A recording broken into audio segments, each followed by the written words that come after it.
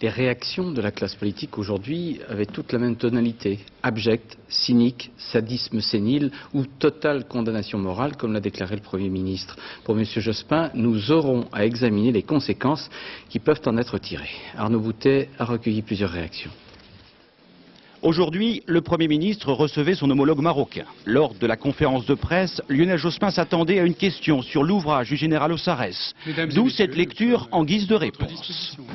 Les faits qui viennent d'être reconnus et presque revendiqués constituent des exactions terribles qui appellent de ma part, comme Premier ministre de la République, une totale condamnation morale.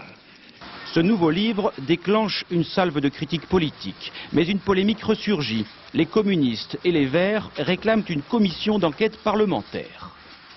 Il y a sans doute eu crime contre l'humanité, et maintenant il faut le vérifier. Et pour le vérifier, c'est aux représentants du peuple français de le faire, parce que la responsabilité, elle est collective, c'est celle de la France.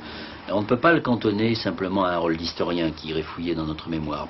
À droite, le message est simple, ni repentance, ni polémique.